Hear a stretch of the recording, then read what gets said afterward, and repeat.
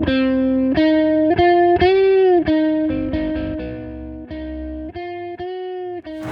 Atkinson is one of our great writers of historical nonfiction. He's the winner of the Pulitzer Prize, and he's now in the second of a trilogy about the Revolutionary War, focusing not just only, but focusing on the battles, the military history, which is one of Rick's specialties. The name of the new book is The Fate of the Day, The War for America, Fort Ticonderoga to Charleston, 1777 to 1780. Thanks for joining me, Rick. Thanks for having me on, Mike. So you could have started anywhere. You chose to start in France. Now, granted, Benjamin Franklin's there, creating faux pas such as eating the head of the asparagus, not the stalk. But why France? Why was that your choice to emphasize what was so important about this period? Well, the first volume of this trilogy, eventual trilogy, The British Are Coming, ends with the American victories at Trenton and Princeton, late 1776, early 1777, and then the armies go into winter quarters. Not much happens when armies in the 18th century are camped out for the winter.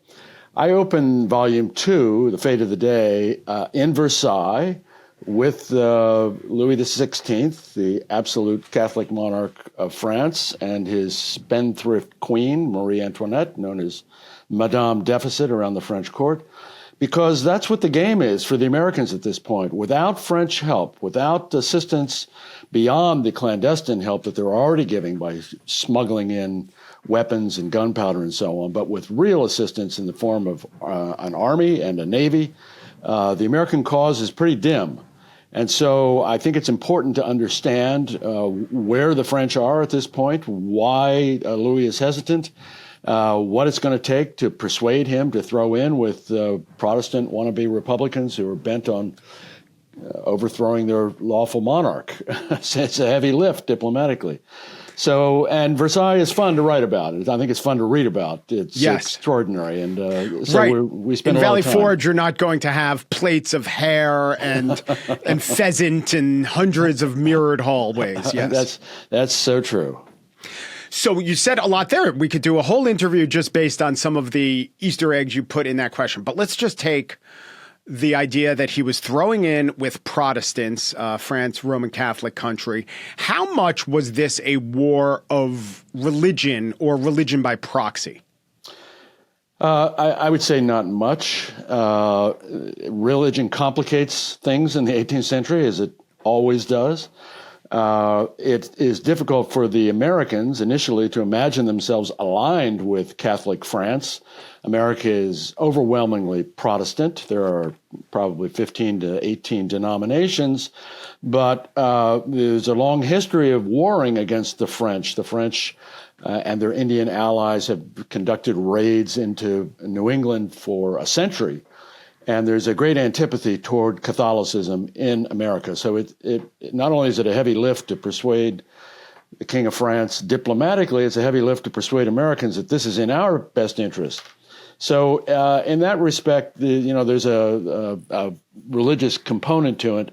It is not a religious war otherwise. It's not Catholics fighting Protestants. It's not like the religious wars that we've seen in Europe earlier in the millennium. But antipathy towards Catholics was also quite prevalent in England, and when they tried to expand rights, there was blowback, which probably tied into, well, you tell me how much anti-war sentiment was informing those riots. Well, there are riots in June of 1780. They're known as the Gordon riots after the ringleader of the riots. And there is a religious component there because Britain, the king and parliament had tried to expand the very limited rights of Catholics in Britain. And there was great resistance to it. There is a deep anti-Catholic streak in the rabble in Britain. It starts out, these riots, as an anti-Catholic, there's an anti-Catholic tenor to it, but it quickly develops into kind of an anti-establishment riot. It's the worst civic disturbance in British history. There are almost 1,000 killed at the end of this awful week. the worst destruction to London that London is going to see until the Blitz in 1940. Wow. Tremendous amounts of arson. Finally, troops are brought in belatedly, and they're firing into mobs, and that's how the riots are put down. So there's religion is it's a trigger point for that, but there's more to it than simply anti-Catholic fervor. Does it reflect growing sentiment, disquiet among the rabble in England about what's going on? About what's going on globally, yeah, there's certainly an undercurrent of unrest in Britain, and it's not just among the lower classes, tradesmen and those who are not part of the aristocracy, not part of the nobility. There's the war by this point in 1780 has been going on for 5 years, and the loss in blood and treasure to Britain is substantial. We're going to end up with the British war effort costing them the equivalent of $15 billion in today's money. There are going to be more than 30,000 British and German casualties. So there is a feeling widespread in Britain, but not widespread enough to really overturn the prevailing sentiment, starting with the king on down through his government, and with a majority in Parliament, the House of Commons and the House of Lords, that we're going to stay the course. We're going to keep fighting. And this, despite the fact that there is a great deal of disquiet about, where are we going with this thing? It is going on year after year. There's no sign that the Americans are going to give up. It has become, as of 1778, a global war. It's not just a brush fire on the edge of the British Empire anymore. The French have come into it. The Spanish are going to come into it. The Dutch eventually are going to come into it. It's being fought on 4 continents, the 7 seas. And so Britain's very existence is at stake. The French and the Spanish put together a very large armada, and they're off the southern coast of England in the summer of 1779, about to invade England.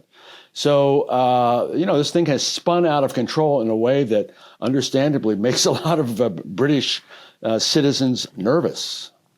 Yeah, the estimates were, and perhaps they were overly optimistic, but you lay out why they would seem to the English to be rational. The estimates were a years-long war, and by the time the book starts, that is out the window. But what were the British thinking, and what did the Americans do or to thwart that? Or was it more that the British didn't factor in, especially given their past wars, maybe with closer enemies, they didn't factor in things like communication and supply lines or the grit and moxie of the Americans? Yeah, that's absolutely true. The British, right from the beginning, are making several strategic misconceptions. They're operating on the basis of strategic misconceptions. They've got some of the big ideas wrong. One of them is they underestimate the moxie. That's exactly the right word to use about to the extent to which the Americans are not going to be intimidated by British firepower. The British are keen to have a short war. They don't want it to spread to the continent. They don't want the French to come into it. So they're looking to get this over with quickly. They're concerned about the cost of the war. They're already deeply in debt from the 7 Years' War, the French and Indian War, that, as we call it, which has given them the first British Empire with the victories that Britain has won over France and Spain in 1763. The British also believe, this starts with the king and it trickles on down through the government and parliament, and it's an article of faith, basically, that if the Americans are permitted to slip away, if the insurrection succeeds, it will encourage insurrections in Ireland, in Canada, in the Sugar Islands of the West Indies, which is where the real money is, in India, and it will be the beginning of the end of the British Empire. And the king is absolutely determined that that is not going to happen. They're right about that, aren't they? Actually, they're wrong about that, as it turns out. And they're told that they're wrong about that by the likes of Adam Smith, whose treatise called The Wealth of Nations, one of the seminal works of political economy, is published also written in 1776. Yeah. Exactly, that's right. It's published in 1776. And Adam Smith says, no, you got it all wrong. You do not need to have this mercantile arrangement in which basically you're oppressing your colonies and you're extracting from them raw materials and you're forcing them to buy the finished goods. That's not how it needs to work. That in fact, if you can have international trade, basically, you can be profitable. You can forego the expense of having armies either fighting or armies of occupation. But in the long run, what we're going to see is that the British are going to lose the war in 1783. The British are going to have the expense that I mentioned earlier in blood and treasure. They're going to lose about 500,000 square miles of the British Empire with the loss of the American states. They're not colonies anymore. But they're going to end up pursuing the kind of international trade. They're going to have a second British Empire that's going to be bigger and badder than ever. And so they're fundamentally wrong in these presumptions that are propelling them into the war in the first place in 1775. Was King George a poor regent? I think he's not a poor regent, actually. He's not the sinister dunce who minces across the stage of Hamilton every night singing "You'll Be Back." Can I just interrupt? Was rebutting the images put forth by Hamilton something you encountered a lot, that you felt like you had to do a lot? Well, first of all, I will say Hamilton is a brilliant work of art. I walked out of that theater on Broadway years ago when it first appeared and said that is a masterpiece, and it is a masterpiece. It's not historically valid in some senses in the same way that Shakespeare's histories were not necessarily historically valid. But so the portrait of King George, I felt, I feel obliged as a historian and a military historian to offer gentle correctives to the prevailing notions. George III is a child of the Enlightenment. He is a supporter of the arts. He's a supporter of the sciences. He plays the harpsichord and he plays the violin, and the 65,000 books in his personal library are the basis for the British Library, one of the greatest libraries in the world. There's a lot to like about him. He's got a good marriage, which is not always the case with 18th century monarchs. He's a loving father to his 15 children. But he's a stubborn and ornery guy who's got these strategic misconceptions. He is so determined that the Americans will not win their independence that he prepares to abdicate if the government will not maintain the hard line that he insists is necessary. So he's a complex character who's, I think, largely misunderstood and caricatured by history, particularly by American history. But I think it's necessary to understand him in all of his complexity, to understand why he is waging war for 8 years, as it turns out, against his own people across 3,000 miles of open ocean in the age of sail. It's not an obvious set of reasons, but it's got its own internal logic from his perspective. Yeah, reading the book and because I've read a lot of World War II history, including yours, and you just forget how contingent history is and how dependent it is on fog and wind. Because if there wasn't fog in the Battle of Brooklyn, and if there's quite often not wind, and Admiral Howe cannot mobilize his fleet, it's as important, it seems to be as important as so many of the other factors, like, the movement of artillery and the moxie of the fighters. Yeah, no, I think that's absolutely correct. Washington loses the Battle of Long Island. His generalship is poor. He's out-generaled, and he's about to lose his entire army. And he escapes across the East River because of this providential fog that you're talking about. It's not the first time that weather will work to his advantage, and weather is always critical in combat. But in the 18th century, where you have only wind to propel your ships, unless you're going to get out and row across the Atlantic, It's the contingency is absolutely right. The role of contingency in history generally, and especially in combat, is extraordinary. And so it can take 6 weeks to cross the Atlantic. It can take 3 months to cross the Atlantic. It can take forever to cross the Atlantic. There are a lot of ships that end up being blown to the West Indies because they can't make it to New England coming from Ireland or England. That makes it very difficult to control the war from London when it takes sometimes 6 months for orders to arrive and orders to be acknowledged and counter orders to be issued. It makes it very difficult to plan logistically. The British are reliant almost entirely on supplies, including 20,000 tons of oats and hay to feed 4,000 horses a year. They're reliant almost entirely on supplies coming from Ireland and England. And if the wind is against you, those supply convoys can be stalled for days or weeks, if not blown completely hither and yon. What's your assessment of the British Admiralty and generals? There were a few generals, and you take different opinions of them. But I don't know, if we do our draft day rankings like they do with the NFL, what would you give them? George III is not well served by his generals for the most part, and that's one of the reasons the Americans end up winning. The Admiralty is run by Lord Sandwich, as in the edible meat between bread, and I think he's pretty capable. He's gotten a lot of bad press over the years.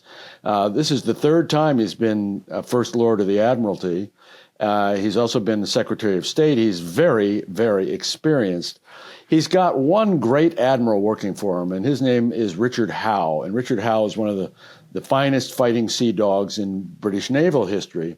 Richard Howe has a younger brother, William Howe, who's the commander of British land forces in America for several years.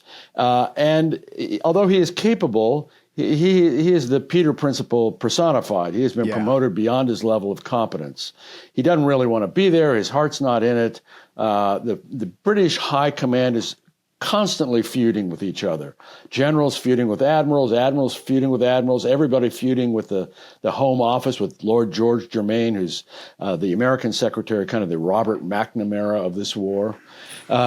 So this is a disservice to the British cause when you have feuding within the High Command, when you have generals, and in some cases admirals exclusive of Admiral Howe, who are really not up to snuff.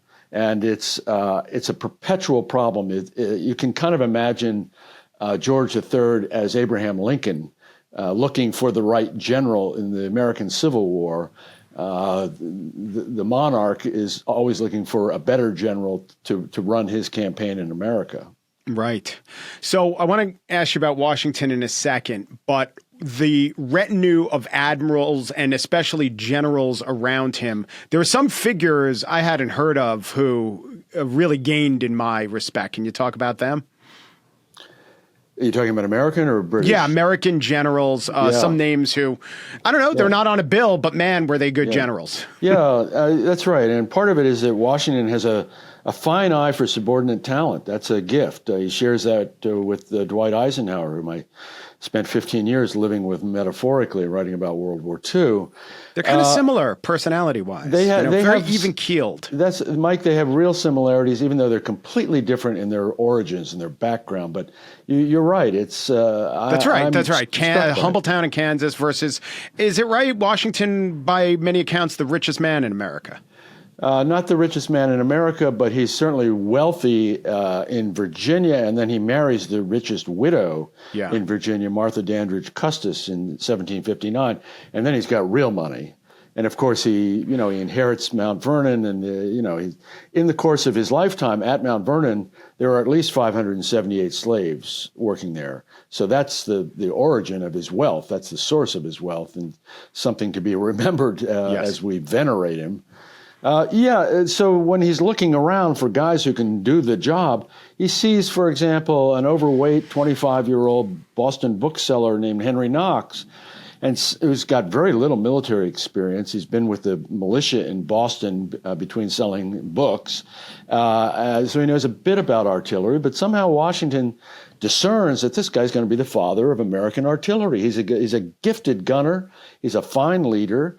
He's implacable in his determination to make gunnery work for the American cause. Washington looks around and sees a lapsed Quaker from Rhode Island in his mid-30s named Nathaniel Greene, who has not even been able to be elected lieutenant in his Rhode Island militia company. And somehow Washington recognizes that this guy has got some capabilities. And Nathaniel Greene is going to be second only to Washington as the most indispensable man in the Continental Army.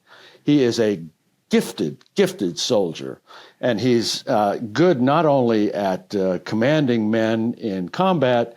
When things are darkest at Valley Forge in the winter of 1777-78, and the Army, 2,000 men die at Valley Forge. They die of disease. They die of malnutrition. The Army supply system is completely in collapse. And Washington goes to Greene and says, I need you to be my quartermaster general. And Greene says, I don't want to. I want to be a field commander. Nobody in history has ever heard of a quartermaster. This is a direct quote from him. And Washington says, I'm sorry, you got to do it. So he takes on the task. For more than 2 years, he's a quartermaster general. He is brilliant at it. He's got, like Washington, like Eisenhower, a big brain organized for executive action. He is capable of taking responsibility. He's capable of extraordinary organizational prowess. So you've got guys like this on the American team, and they're good. You know, there's some duds. The best tactical commander on either side the first 2 years of the war, Benedict Arnold. Yeah. He's going to be a major general in 1778, and he is born to lead other men in the dark of night, and Washington knows that. Yeah, Fort Greene in Brooklyn is named for Nathaniel Greene, and yep. I went to Henry Knox's house this summer. Not his real house. They built it a few feet away from like maybe a eighth of a mile away from the original house, and rebuilt it in Maine. It was fantastic. Yeah. Married a rich widow. She wasn't a widow. She was just rich. She wasn't a widow. Yes. Lucy Flucker. She was yes. Her parents she lived in Boston. Her parents were devoted loyalists, and when the loyalists left Boston in the spring of 1776, the Fluckers, her parents, sailed away with them to England. She never saw them again. And that sort of division of families, that sort of local tragedy happens over and over again in the American Revolution. How much are you surprised by new information as you embark on one of these books? Well, pleasantly surprised. People have been digging into this topic for 250 years. It is the semi-quincentennial. But the big events in our history, like the biggest figures in our national history, it's bottomless. There's more to write. There will always be more to write about Abraham Lincoln, for example, or World War II. I'm an archive rat. I spend a lot of time in archives, and the mystery of the next unopened archival box is something that keeps me going. I spent a month in Windsor, just west of London. That's where the papers of George III are kept. They're kept in the tower, the top, the garret of the Round Tower, begun by William the Conqueror in the 11th century. And in a month, going through his papers, and George was his own secretary until late in life when he began to go blind, and he wrote not only his correspondence himself, he made the copies himself. And you have a real tactile sense of being in his presence as you go through his papers, trying to understand what it is he thinks he's doing. And so I'm pleasantly surprised almost every day when I'm in the research phase of this project. What was the biggest or one of the biggest revelations for you? The I never knew that moment.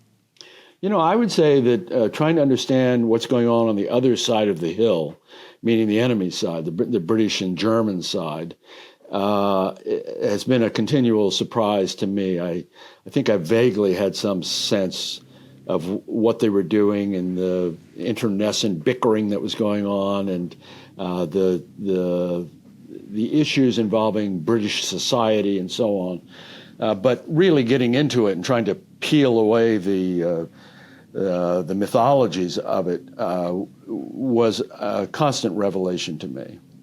Tell me just physically what it's like, to what extent they let you handle these documents, and also it is in English, but it is an English that, especially in the script and some of the syntax, would not strike us. Or, well, you tell me. It's when I've read English from 250 years ago, it almost seems like a foreign language, right in between us and Old English. So it's a multi-part question, but I put it to you. Well, first of all, most repositories don't want you wearing gloves when you're handling papers because, you're clumsy with gloves. You drop the papers. It's worse to have the papers, fall on the floor and step on them than it is. So the papers of George III, they're written on the finest paper that money could buy in the 18th century with the best inks that could be produced. And they're gorgeous. And they're in these big oversized red binders that the Brits use for their official papers. And it really is a tactile experience. Not all papers are that beautifully preserved or conserved. Fortunately, the papers of our founders, the principal guys, have been beautifully curated. Washington's papers, for example, the University of Virginia has been at it since 1968. They're in the home stretch of the Revolutionary War series. They got, I think, about 3 years to go before they finish. They're on volume 36 or 37 at this point. And they're all online. The Founders Online. It's a website, and you can go and look at all of George Washington's papers. Benjamin Franklin's papers, beautifully done by Yale. Hamilton, done by Columbia. Nathaniel Greene's papers have been curated by the University of North Carolina. So, most of the big guys have their papers and their typescript. You can read it easily. Now, having said all that, there's the reality that a lot of stuff is written on scraps of crummy paper in ink that has faded a lot over 250 years, with poor spelling, incomprehensible punctuation. And the diction is unlike the diction that we use sometimes. It's sometimes hard. For example, Henry Clinton was a general who was the commanding general for the British for 4 years, longer than any other of the British commanders. His papers are in Ann Arbor at the University of Michigan, as are the papers of many of the top British commanders and politicians of the time in Ann Arbor. Was not one of the 13 colonies. And Henry Clinton's handwriting is just appalling. It looks like a child's scrawl is a slur to children. So trying to work your way through that, it's arduous. So you pick your battles and you hope for the best. Okay, two other not random questions, specific questions, but not exactly on what then happened at that battle. Why do you think the American Revolution and revolutionary figures has not yielded as many great movies or pop cultural depictions as the Civil War? Yeah, that is a very good question. There is a great movie coming. I'm here to tell you about it. It's by Ken Burns.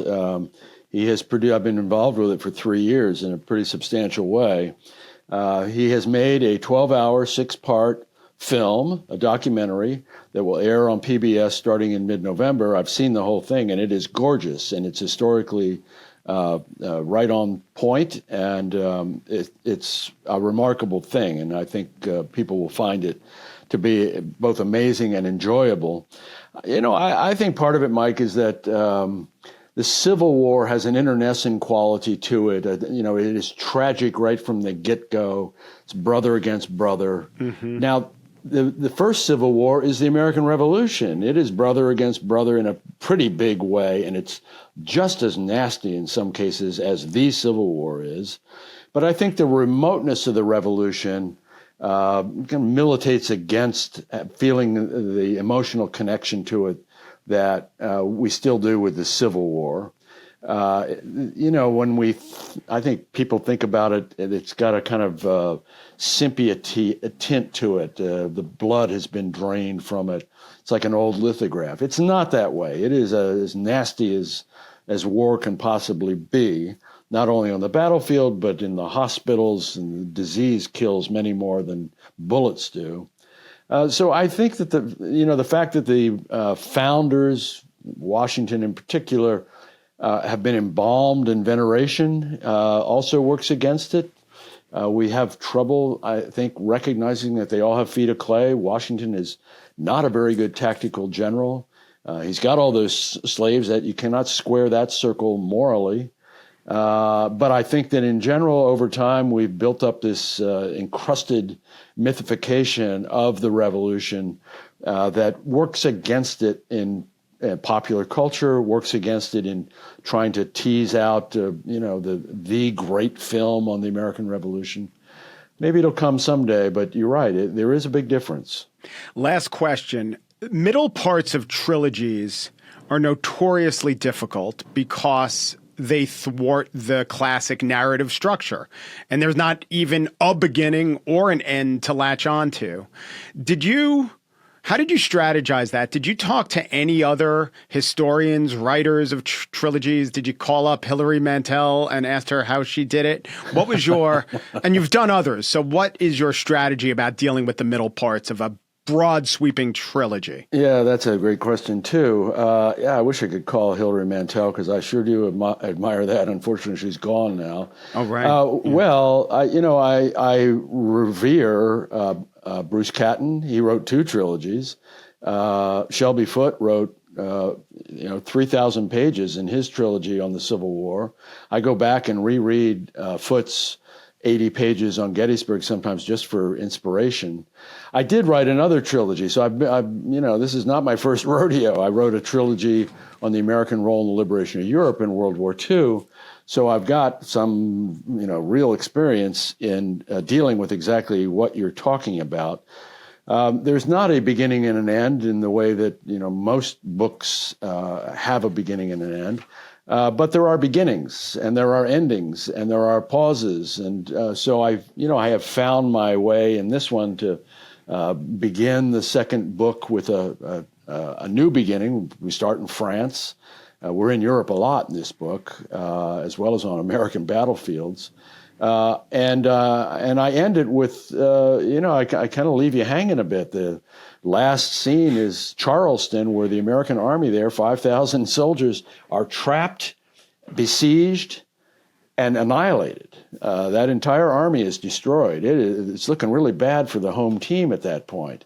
This is May of 1780.